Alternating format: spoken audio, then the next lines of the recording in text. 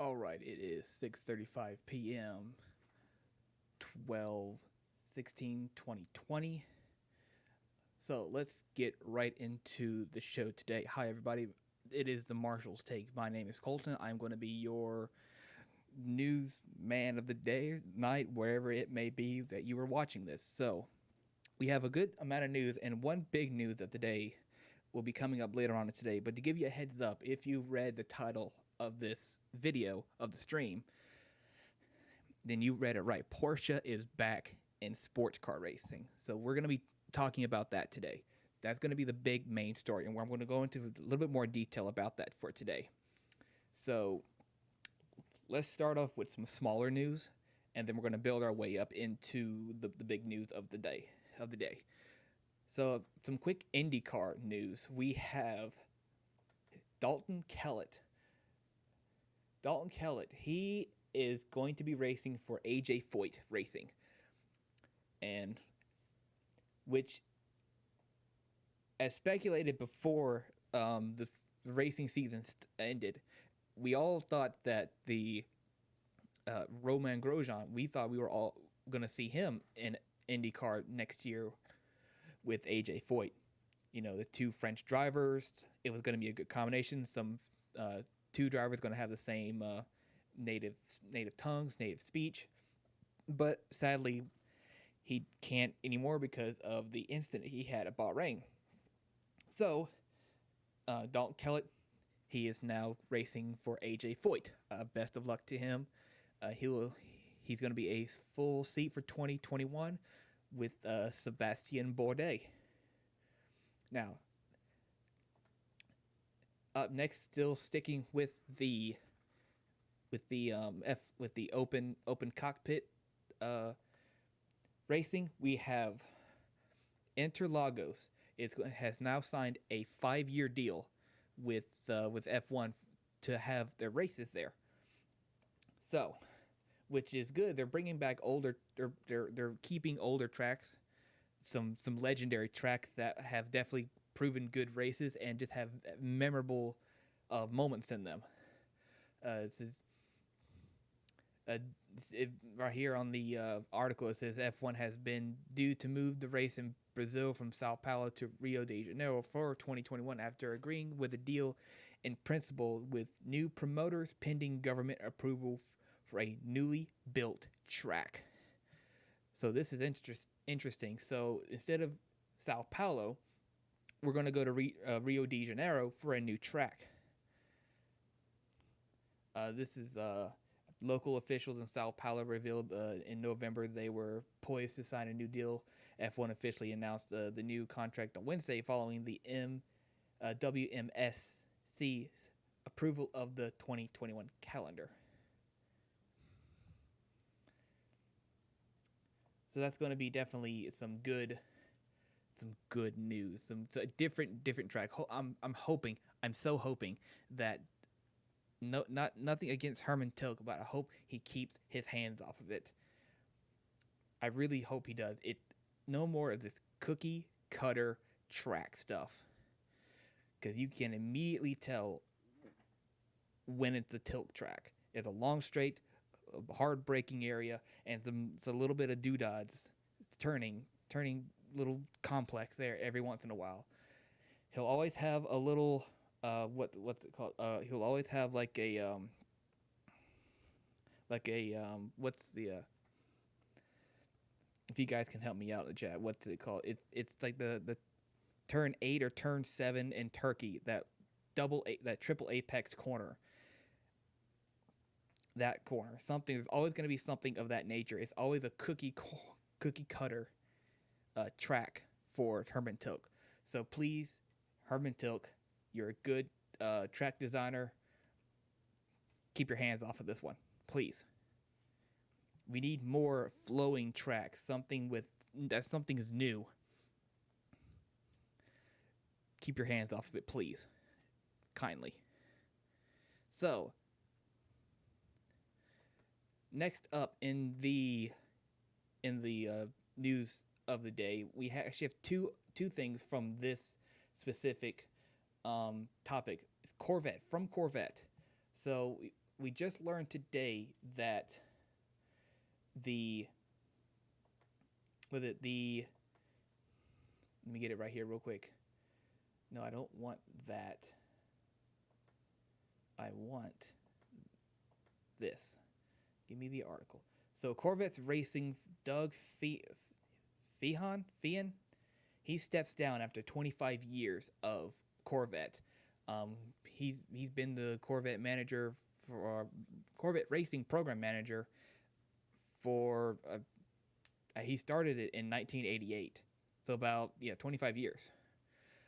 He's worked on a number of company programs, motorsport programs, including the Chevrolet Beretta, Trans Am, Chevrolet Intrepid GTP, and the Oldsmobile World Sports Car effort. So I mean, I'm sure it was kind of heartbreaking, but there's something that had to been.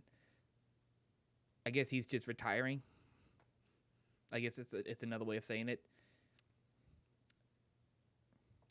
Let me see if I can find a few quotes here. Doug's contribution to Corvette racing go far beyond the unparalleled success of the racetrack.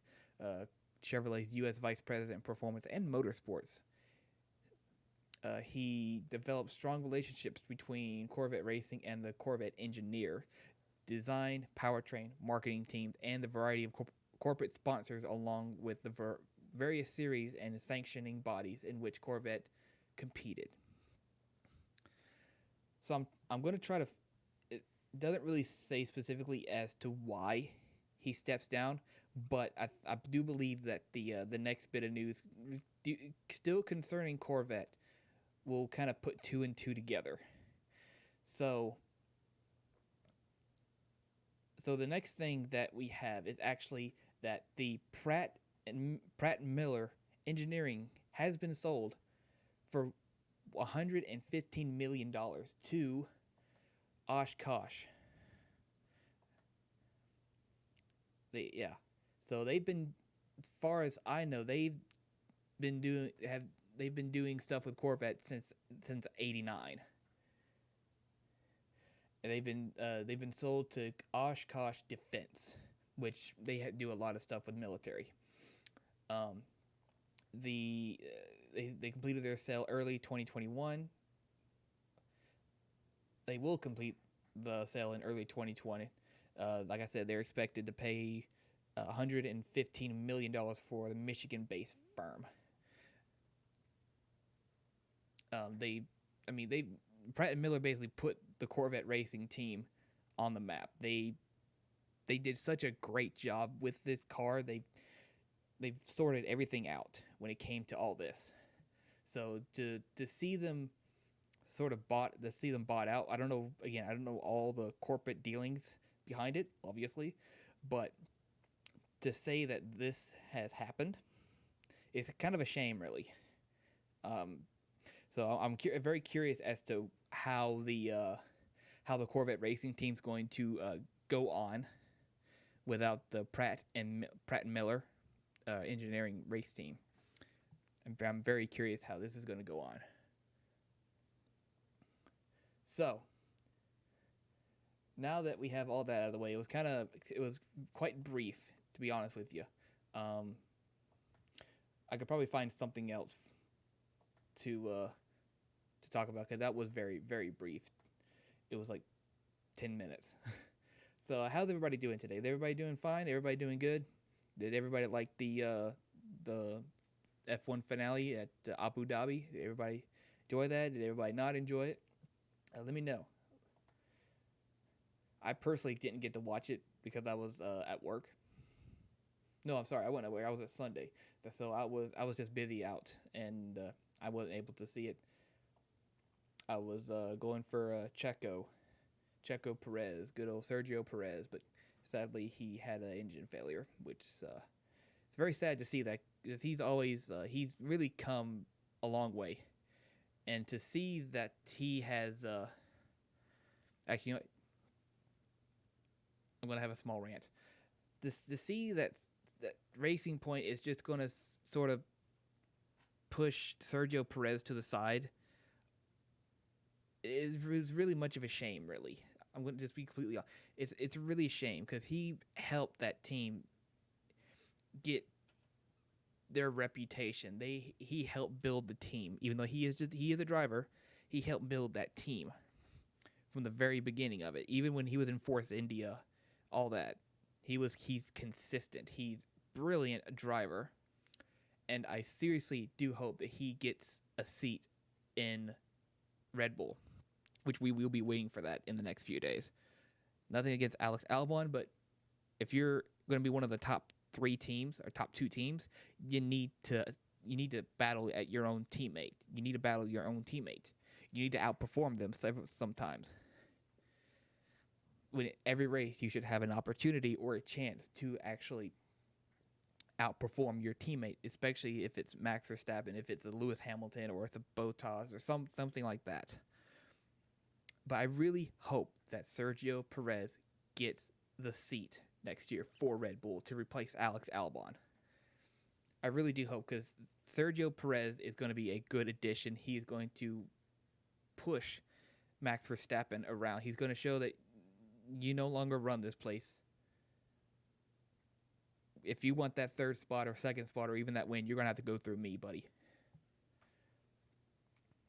So I'm all for Sergio Perez to be in that Red Bull seat. I really am.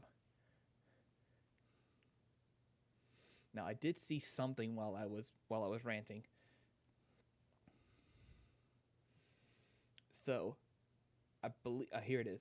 So, if you watch the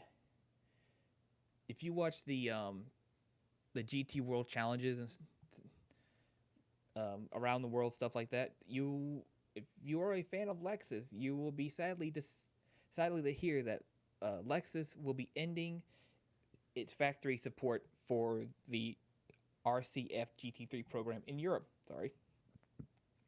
It's been 4 seasons since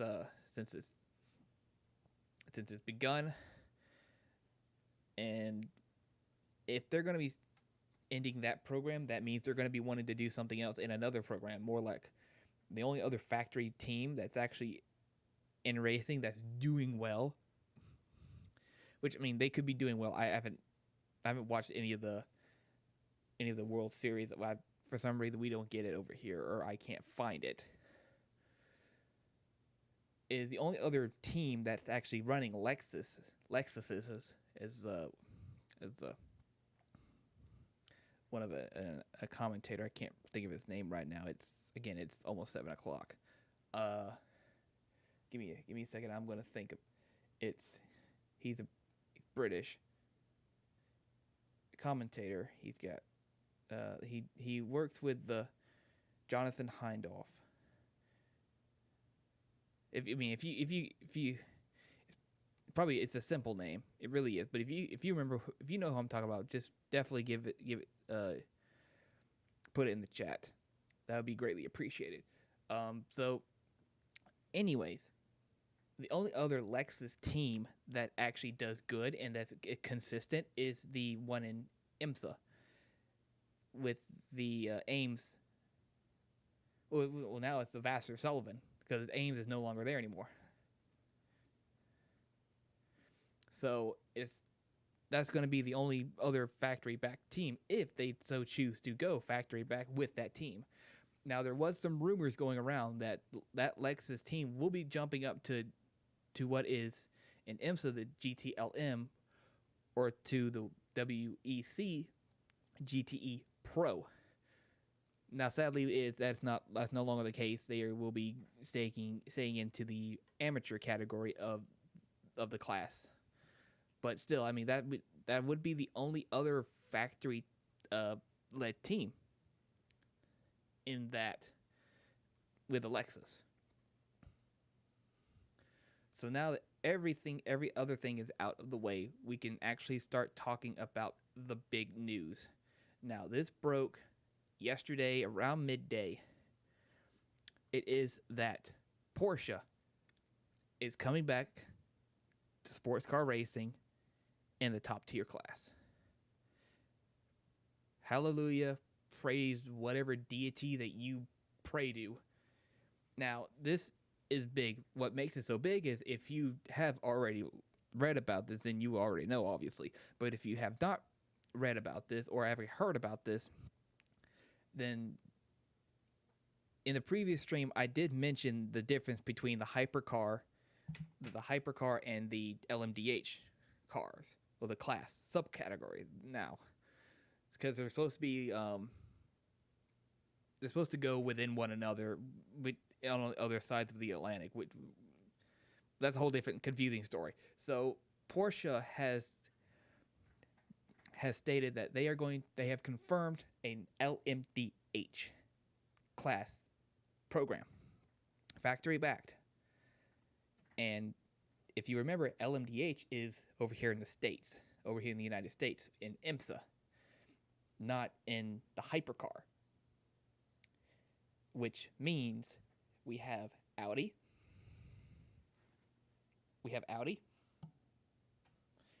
and we have, I don't have a Porsche, but Porsche poster, but I'll get one soon.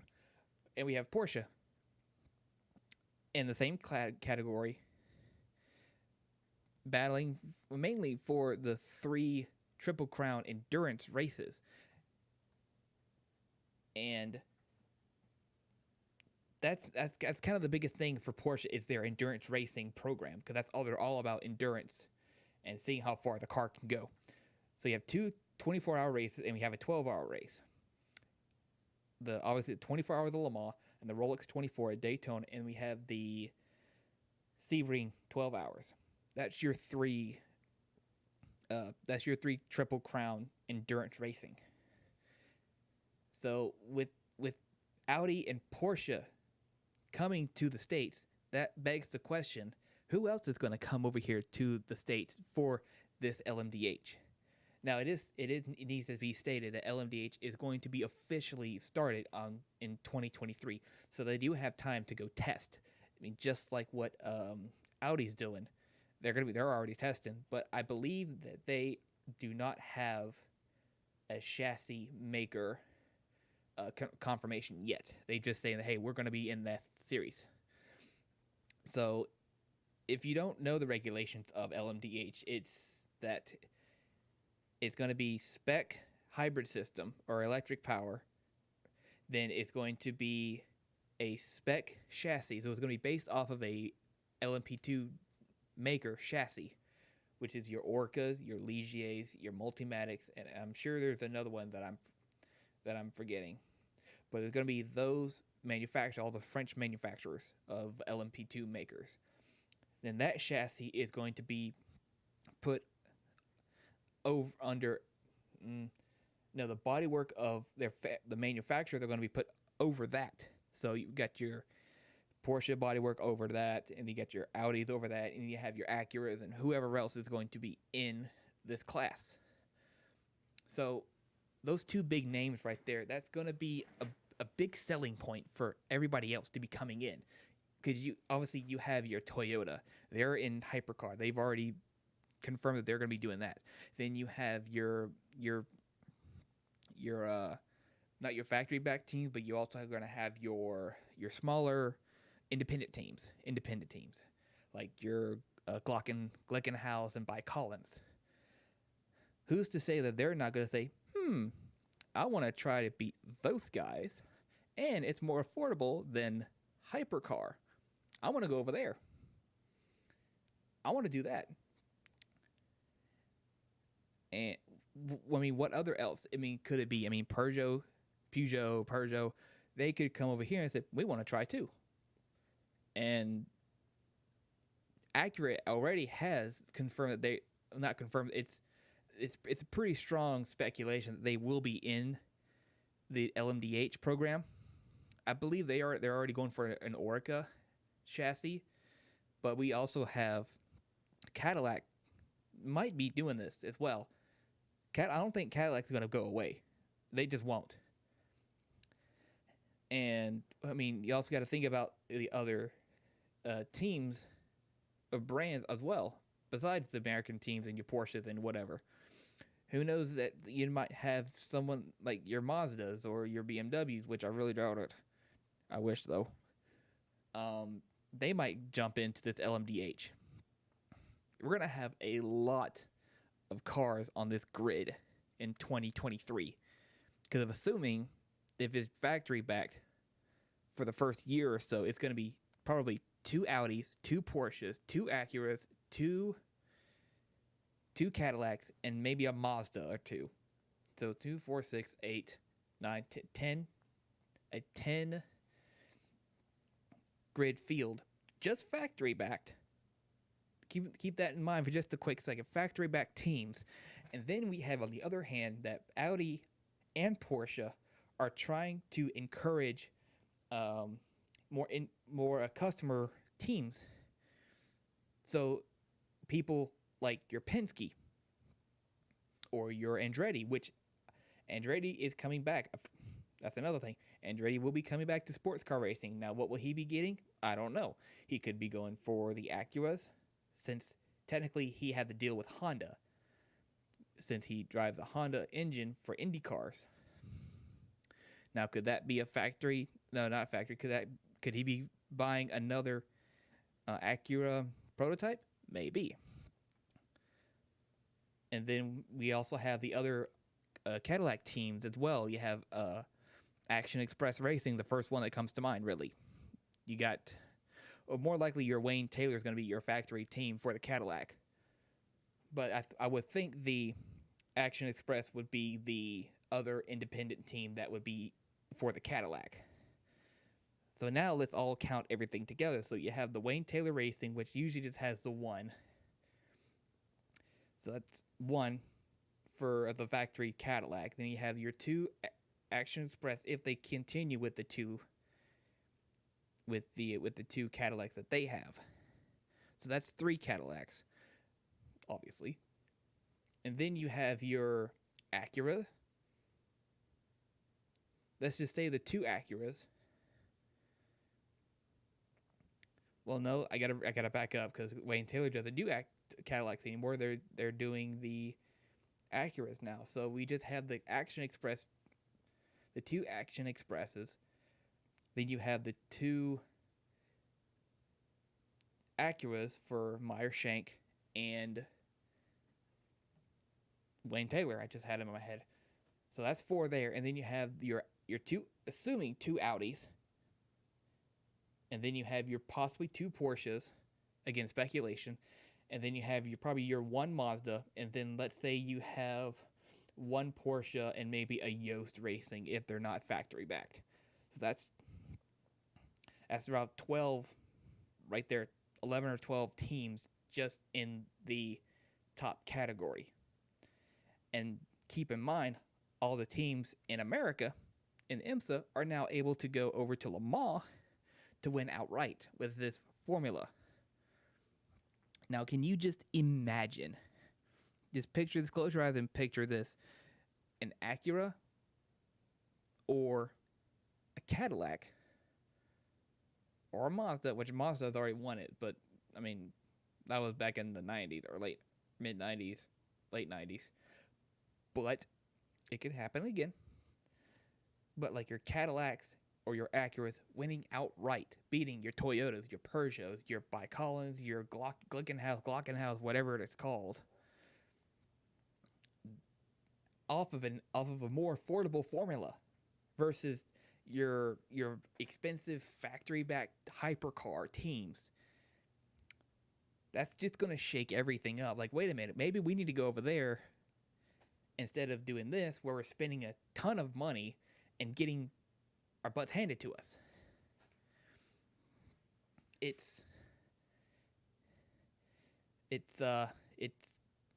definitely going to be interesting to say the least. I actually cannot wait for this.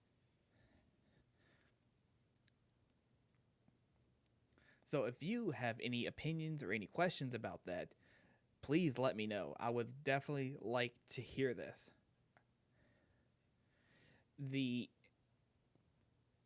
I guess going further with this, because you got to think about all the spending that goes into this as well. Ooh, excuse me. So, again, with like I mentioned before, with hypercar, you got your your Toyota and Persia, which they recently just uh, put a put a picture of their like drivetrain or whatever of their hybrid electric system.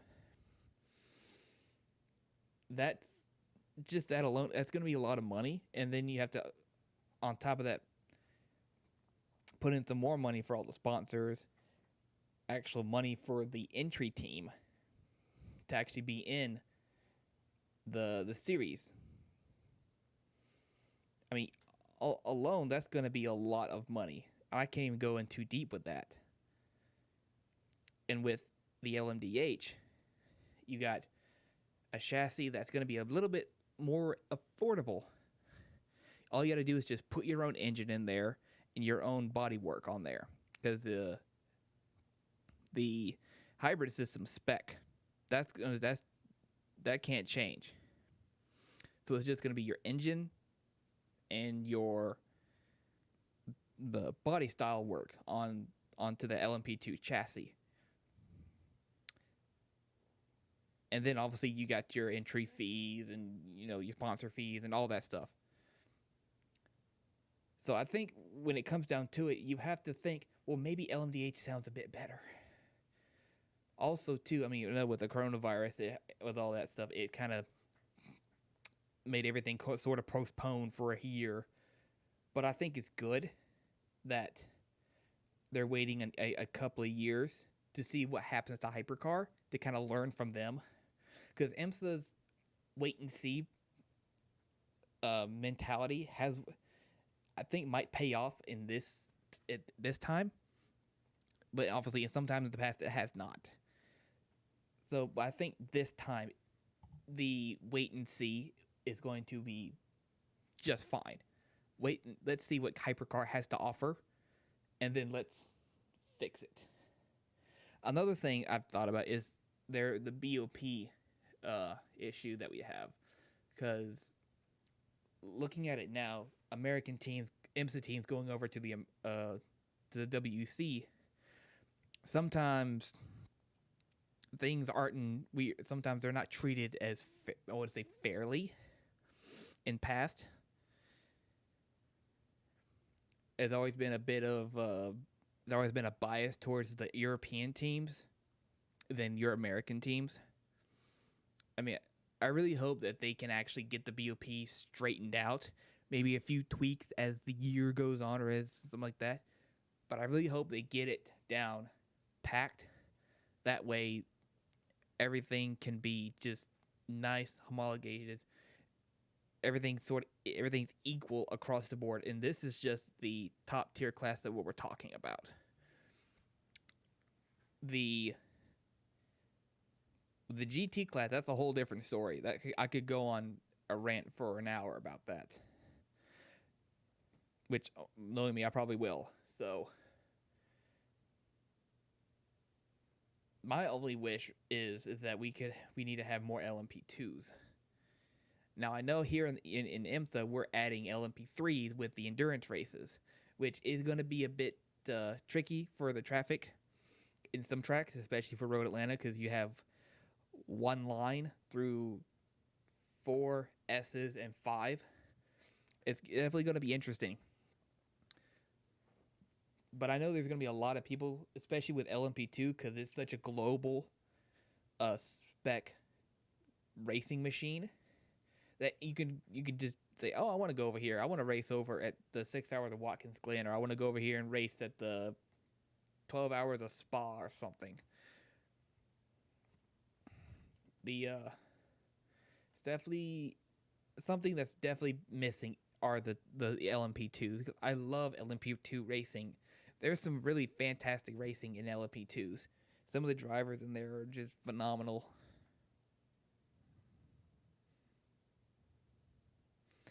Just give me a second. I apologize, guys. Let me know what you guys have to say in the chat. What do you guys think of what the Porsche, the Audis, and who the affordability of LMDH versus Hypercar? Let me know how you guys think about that real quick.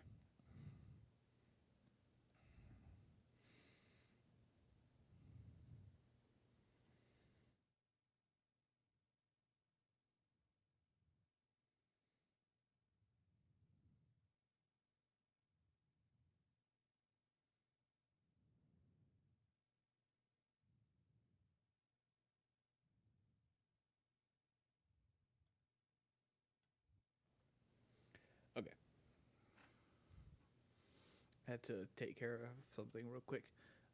So I guess to recap some of the stuff that we've said before, if you're just now joining, welcome to the Marshal's Take. I am Colton. I will be your news broadcaster, podcaster, whatever you want to call me. Marshal's Take. I have been a marshal for 6 years. I've been going to the Petit Le Mans since the 20th anniversary. I would say I'm still new at this, but I've researched and I've delved into this rabbit hole that is sports car racing, or in this motorsport. And I've loved it so much, I've decided to be a volunteer for a marshal. And actually, this right here, AMP, is where I actually learned how to be a marshal.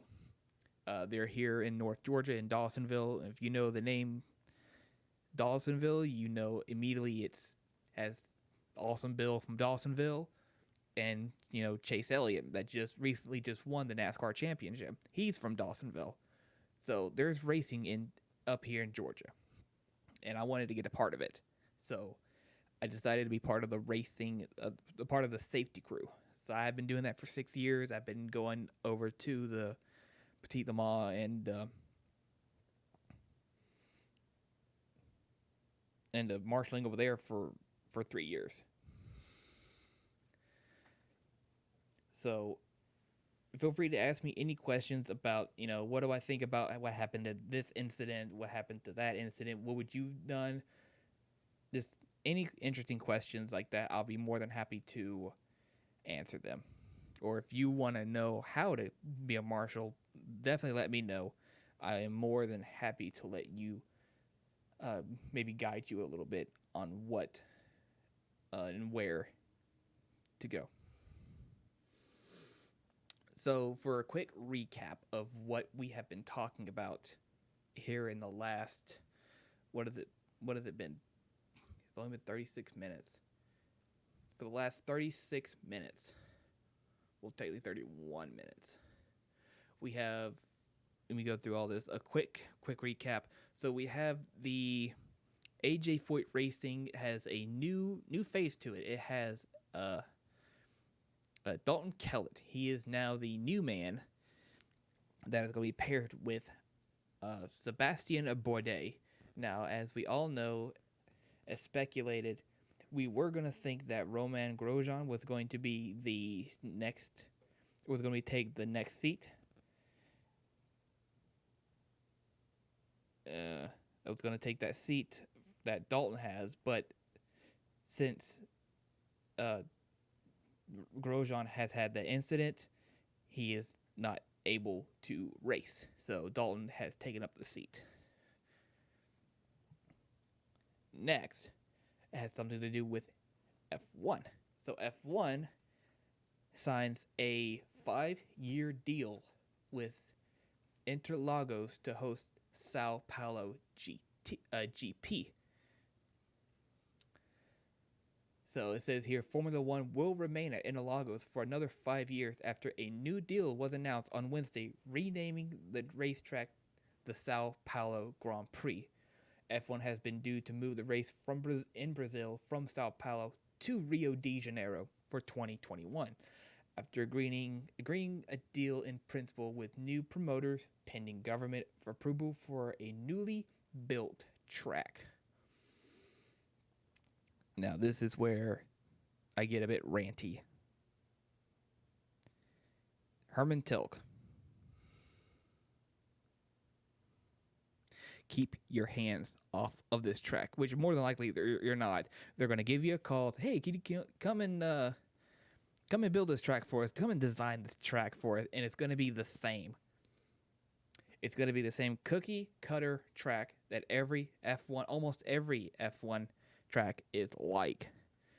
The only exception is Interlagos, Monza, Nürburgring, and some of the more legendary and historic tracks are.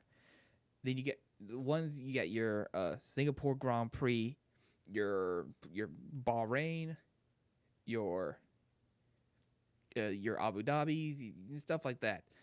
Those are all Herman Tilke tracks. It's probably more than likely he's going to do it. because there's probably no one else that's going to design a track unless he's got the pupils or some apprentices or something like that. They're going to give him a call. FIA is going to give them a call. Come design a track for us in Brazil, and we'll pay you loads of money. I beg of you, Herman Tilke, keep your hands off this track. Let someone else do it, if there is anybody else. And if you're the one to be called, do not make it a cookie cutter track. Do not. Just let it flow with the land. Let it have nice curves. Let it, undulate with the land. No, there's no need for a long straight with a hard braking spot. Then another long straight with another hard braking spot, and then you got some complex of twists and turns that look very similar to every other track that you design. I'm not saying that they're bad, but sometimes they do not have decent racing. It's kind of boring sometimes. But that's just me. That's just me, though. The race will be known as the Sao Paulo Grand Prix from 21 and ensures F1 will remain at Interlagos until 2025. It goes on to saying that we are pleased to announce the city of Sao Paulo will continue to host the Brazilian Grand Prix until 2025 and look forward to working with our new promoters in the years ahead. Obviously, they kind of have to keep something in Brazil because, they're not going to just kind of go away from Brazil because it's got some of the most amazing drivers in there, especially the most famous driver of the 90s, Ayrton Senna. They're not just going to go away from that. That'd be sacrilege in F1 fans' eyes. Like, how dare they? So it goes on to saying that the new promoters for the Grand Prix Brazil Motorsports will be backed by an Abu Dhabi based investment company called I am going to butcher this so bad. I do apologize.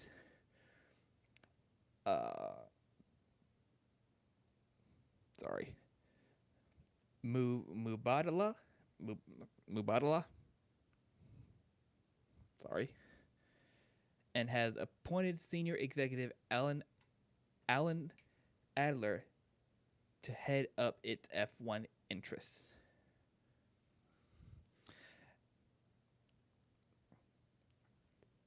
Excuse me.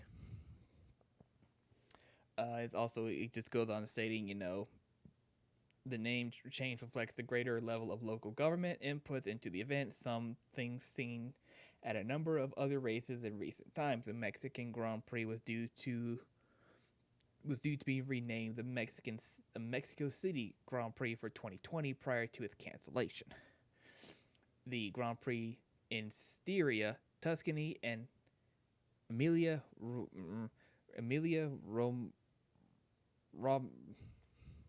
that one were also named after local authorities.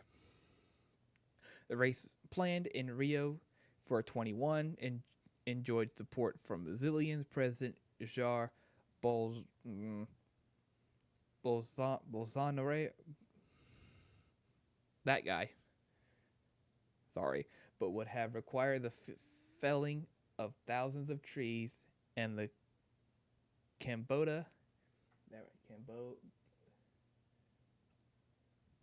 of a forest at a military base. The Interlagos has staged the Brazilian Grand Prix since the 90s and had played host to the last race title decider in 2006, 7, 8, and 12. So that's your F1 news for the day. Again, we are still waiting on the confirmation that Sergio Perez will be taking Alex Albon's seat, but that is going to be a different video or a different stream. Quite frankly, I really hope that Sergio Perez takes Alex Albon's seat at Red Bull, because quite frankly, Alex Albon has not shown that he deserves that seat. He does not have a win. He has podiums. He has podiums, but he doesn't have a win. The only other person in the Red Bull world of AlphaTauri and all that stuff, other than Max Verstappen, is the demoted. What's his name? Pierre Gasly. Now that was actually, I saw that race. That was a good race. That was a fantastic race.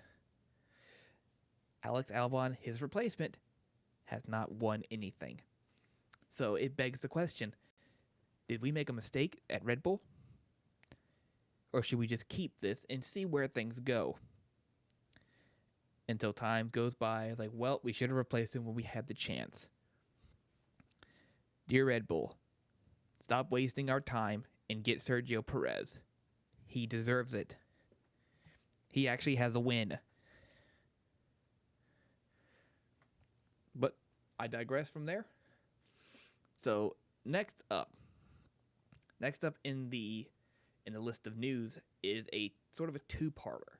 So next we have the Corvette racing team. Now, two parts of this. First part is that Pratt Miller has been sold to Oshkosh Defense, which has something to do with the military, for $115 million. Now, how are they going to improve on the Corvette racing team? We're going to find out later on next year when they take over the program.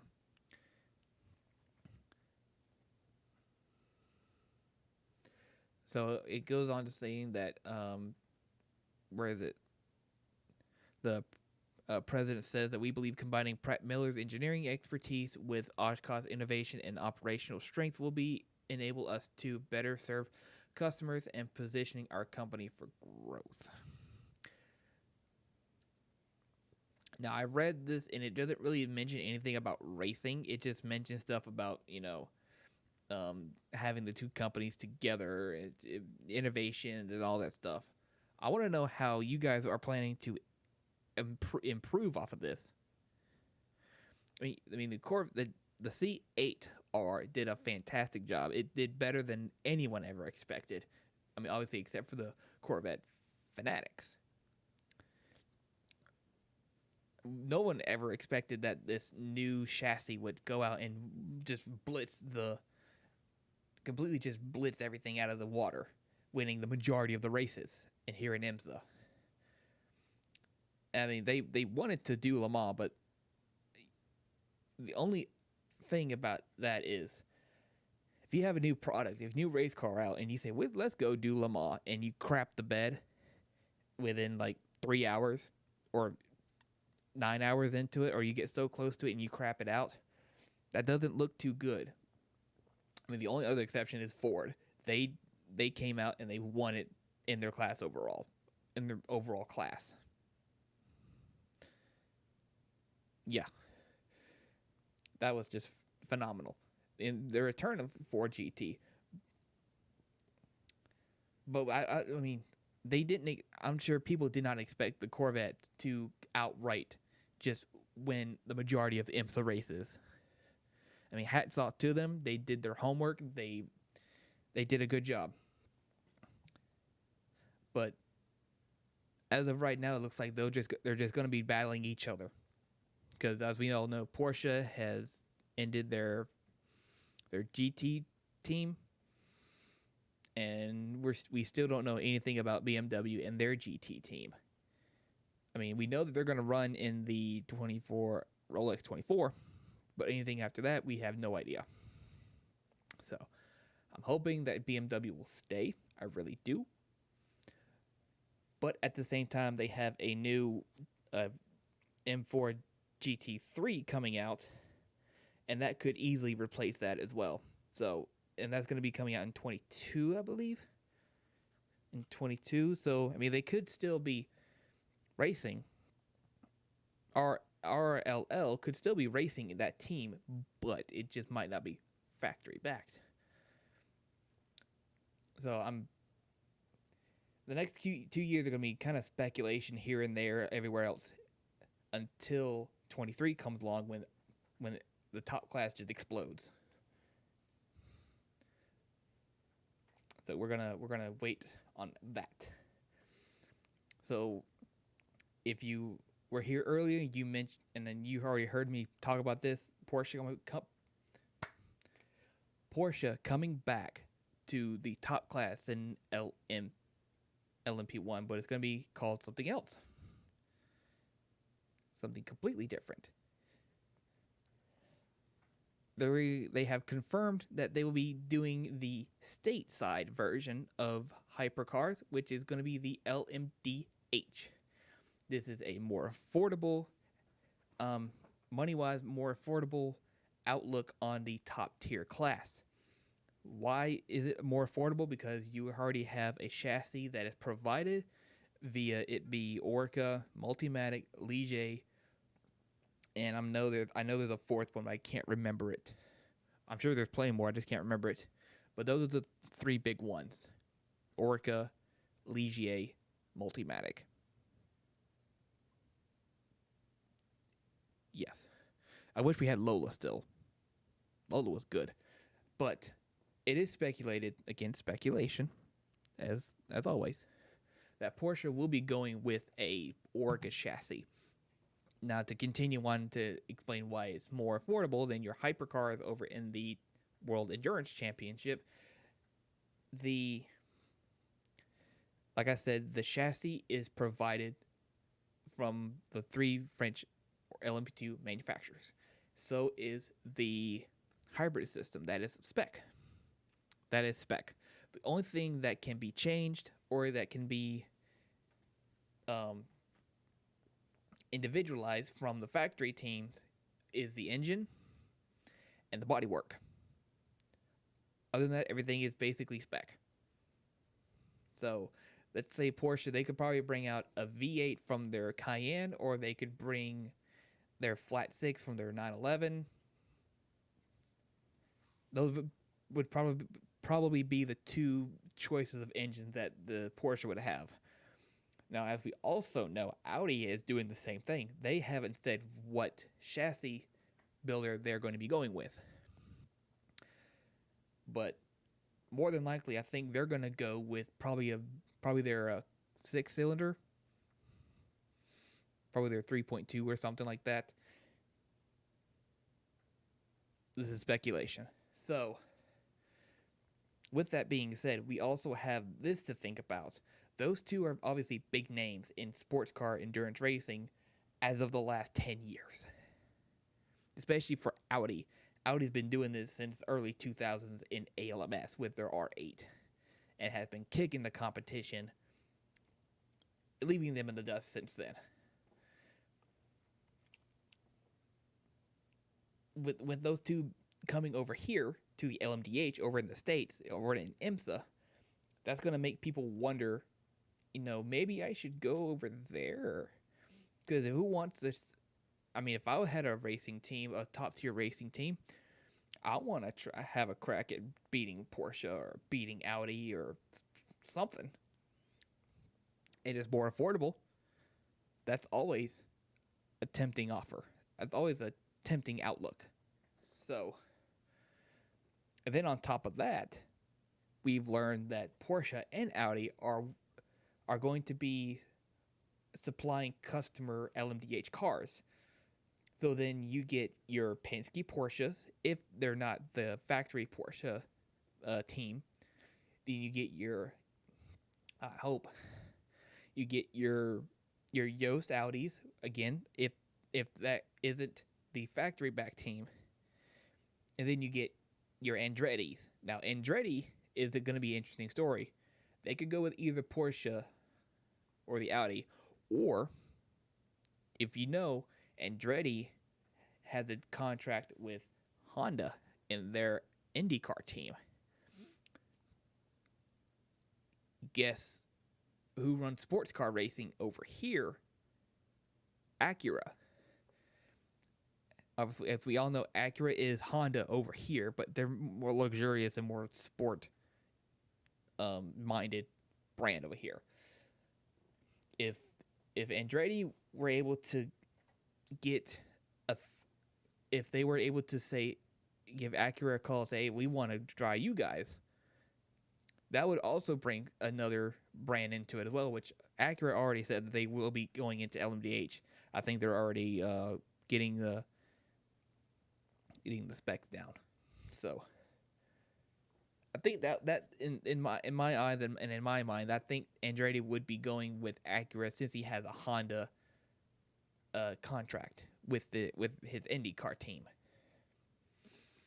Then you also got to think of the teams that are already over here with, let's say, your Cadillacs and your Acuras and your Mazdas and stuff like that. So you have your Wayne Taylor with your Acuras, and you have your Michael Shank with your Acuras. You have Action Express with two Cadillacs. Now, whether they're keeping both the Cadillacs going into hypercar, the DP8, LMDHs, that's still up for grabs. I think if they can still manage to do both still, and add that third car in for the Rolex 24 up for next month, I think they're gonna keep both of the Mustang sampling and the Whelen Engineer Cadillacs, and just throw them into LMDH and give us what you got. But going further with the Audi and the Porsche brand, people are going to want to say that they want to crack at beating them, which means you get your Toyotas, your Peugeots, or your Peugeots. You get your more independent teams, like your by Collins, your Glockenhaus, or whatever it's called. LMDH, in my opinion, not because I'm over here in the States and I watch IMSA, but I think LMDH will be it will be the one to go to. We're gonna have more LMDH cars than we are hypercars. Mark that down right there. So, with that all being said, that's just in the top tier class. Then you have all your stuff going into the GT class. BMW had stated that, if they were to come back, you would definitely need to have a full one class GT3. Now, I have talked about this with one of my coworkers, and me and him both feel the same way about this. The GT class does not need to have a pro category and an amateur category. Any team, any brand will join a race team or join a race series if they say you could go for the overall win in your class. You have a chance at it, go at it. That's going to be tempting to any brand, regardless if it's a bronze driver, silver driver, platinum, gold, whatever. It's definitely going to be that's going to have to be it if you're going to have a good race series. Excuse me.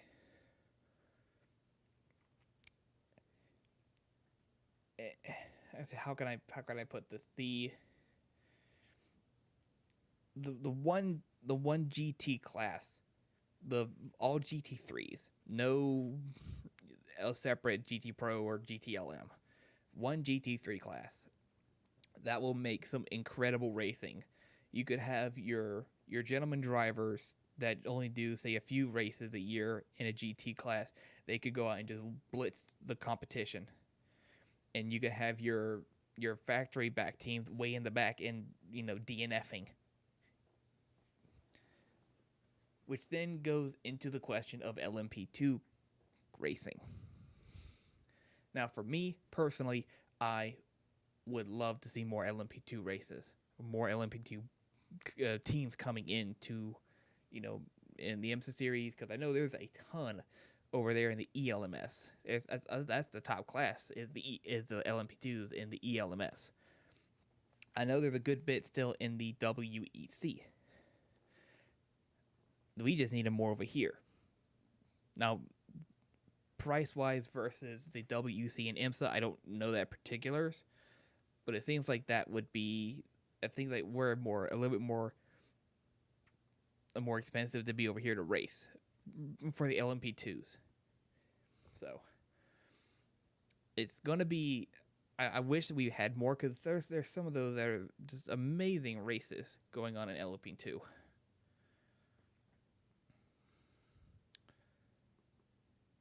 I mean, I'd be the first to just jump for joy for that.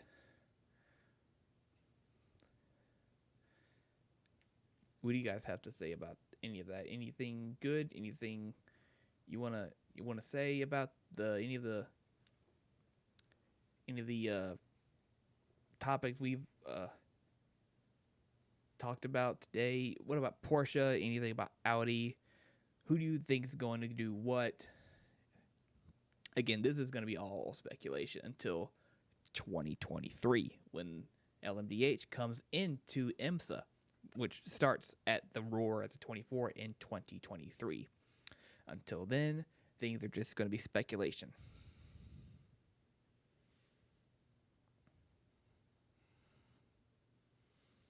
So what do you guys have to say?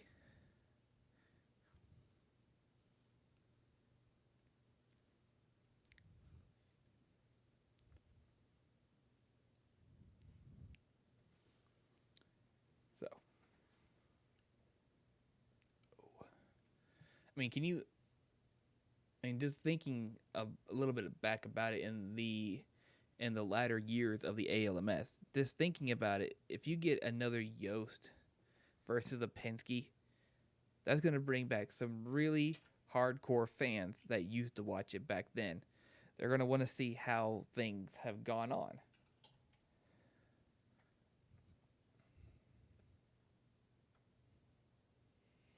I definitely would. I would love to see that another.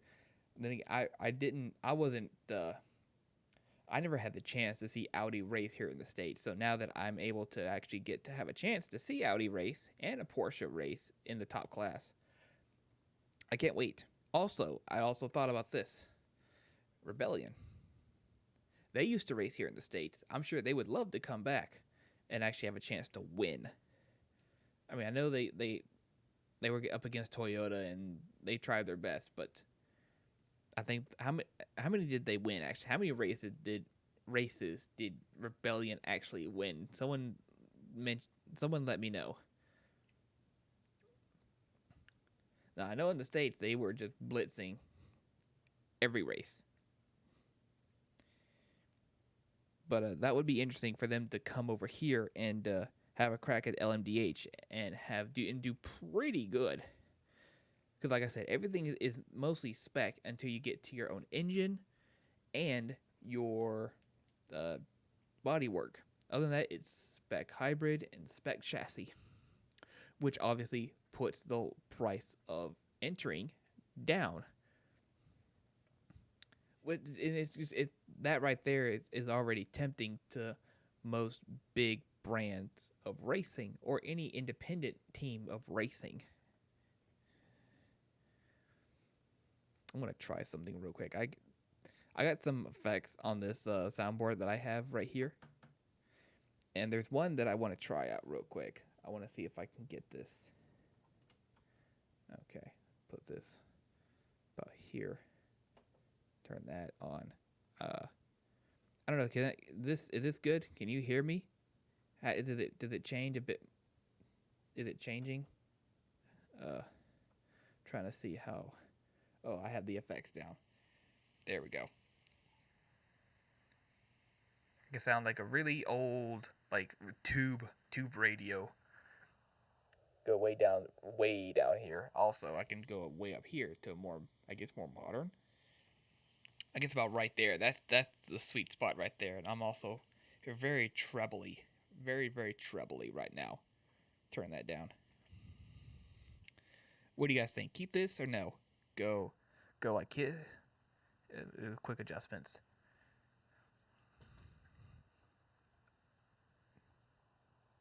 Stay about right here, or do I need to keep it right here? I don't know. It's fun to see how this thing goes. I'm gonna turn that off. Actually, so what do you guys have to say about all this? I'm curious to know what you guys have to say about Audi coming back, about Porsche coming back, about them giving opportunities to customer teams. And then anything about the F1 news at Interlagos is has another 5 year extension. Um, you know, Corvette being not Corvette being sold. Pratt Miller Racing Team Engineering, they're being sold to Oshkosh Defense for $115 million. And then what is it? Doug Feehan, he's stepping away after 25 years at Corvette. 25 years since '88. I believe that's right.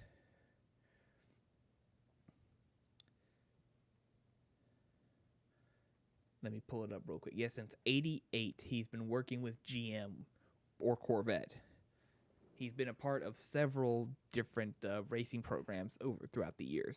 For example, the Chevrolet Beretta Trans Am, the Chevrolet Intrepid GTP, and also the attempt at the Oldsmobile World Sports Car Challenge. So he's done a good bit. He's been with Corvette for 22 seasons. And obviously Corvette has won 14 team championships and 13 manufacturers and drivers titles to go along with 113 race victories.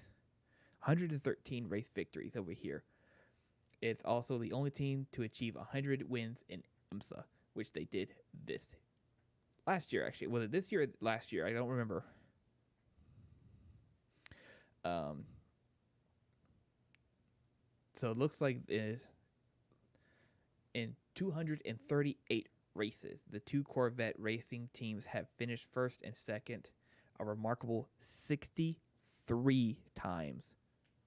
63 times in a span of 22 years. That's crazy. That's amazing.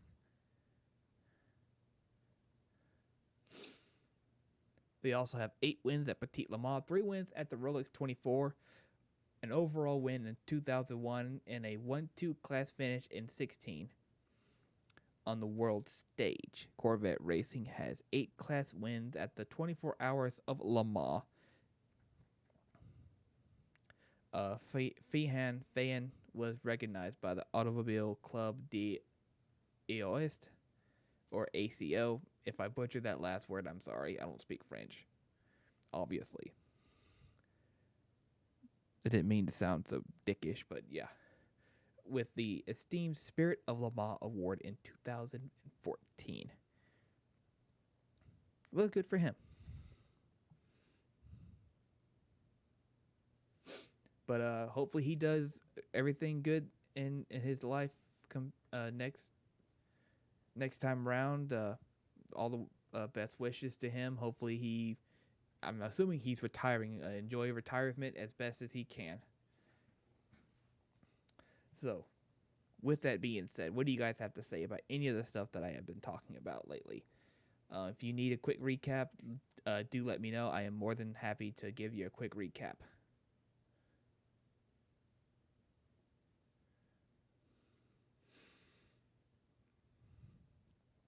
Or, if you want, let's see here. I can actually, if you want to know more about how you can contribute to racing locally in your area, you can ask me how you can get involved into more being a marshal or any sort of safety crew teammate. But most of the stuff I know is being a corner marshal or a track marshal, whatever you want to call it. Doing that for 6 years. I do know what I'm talking about. I've been doing Petit Le Mans for 3 years, and that's mainly where the home track where I go to marshal. I do go up to Atlanta Motorsports Park. That's where I learned how to marshal. There's some club races over there. It's great stuff, great atmosphere. Definitely go and check it out. They do have some go-karts over there that they do every once in a while. So it's a good atmosphere. It is more of a country club type atmosphere, but it's still good. Still a good way to learn racing and to learn how to marshal. But I have been doing this for 6 years, and I'm more than happy to tell you how to get into it, what's needed, and stuff like that. So anybody that needs a recap, I am more than happy to give you a recap of what's been talked about so far in the stream.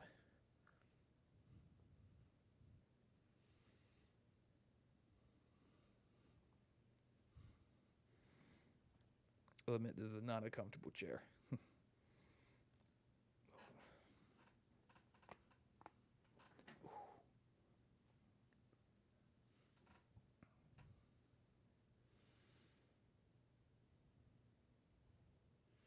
So I think that I've said all that I've needed to say when it came to the sports car side of the news today. When it comes to Porsche, Audi, and all that stuff, I've said most of the stuff that I needed to said. Oh, I have found something that is interesting. So I talked about this in an earlier stream of the week that the Porsche lineup has been sort of conglomerated and sort of just thrown out the window. So as you remember me saying either in the previous stream or in I know I've said it on this stream, but very briefly, that the Porsche team, GT team, has been disbanded here in America. So that means that your Lawrence Vantour, your Nick Tandys, and your Earl Bambers, they've had to find more work, guys. So as we know, Nick Tandy is gone to Corvette as the full-time driver. I believe is the number 3. I could be wrong, but looks like we have Lawrence Vantour. He's going to be sticky with Porsche, but with a different team. He's going to be part of the Path Motorsport revised 2021 GT Daytona lineup.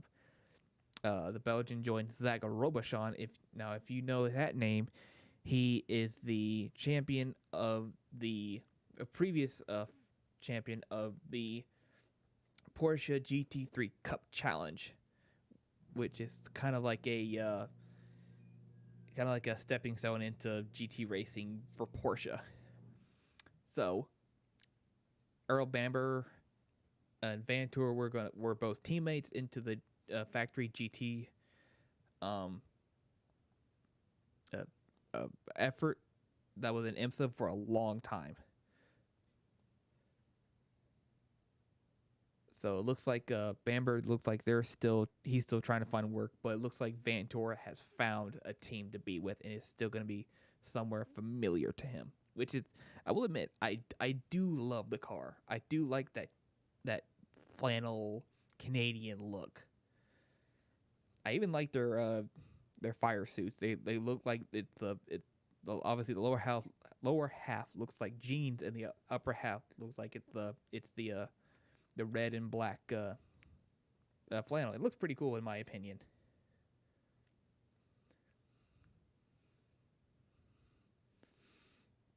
Also, I can do this. It's sort of breaking news, but it's been like 4 hours since it broke, so I'm gonna do this. I get to do this.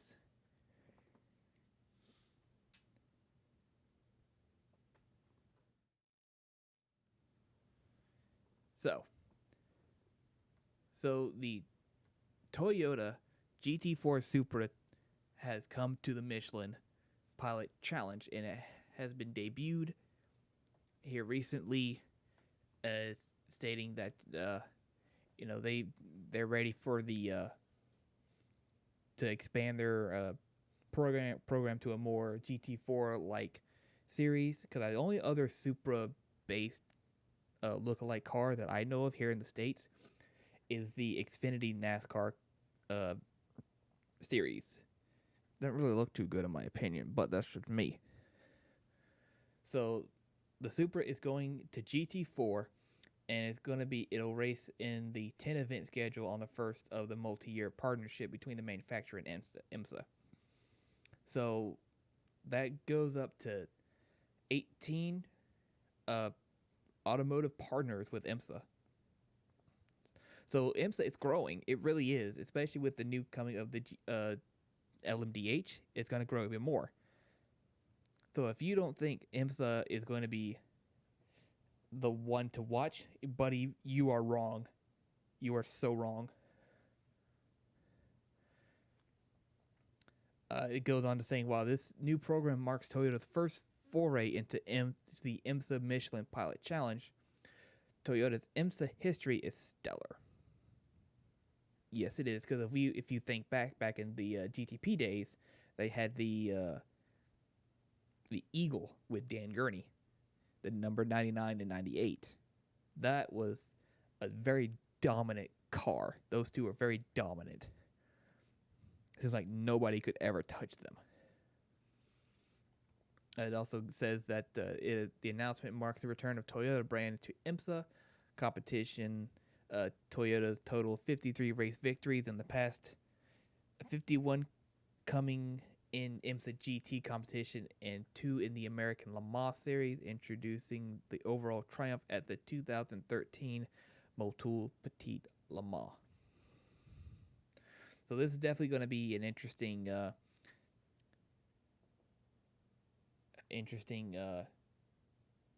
thing to watch, because what that makes? That makes a Mustang, because assuming they're going to go into the if you watch the Michelin Pilot Challenge over here, they're going to go into obviously the GT4 class, which is going to have your Mustang, your Aston Martin, your Audi R8, your Mercedes, your BMWs, your Supras now, and then you have I think that's it. Mustang, Aston Martin, Mercedes, BMW, Audi. I believe that's it. If I'm missing one, please let me know. Please do let me know. So, it's more than likely probably just going to be the one car effort, more than likely. But I'm curious to see how the GT4 is going to get along with all the people that have been there. So, I think that's going to be about it for today.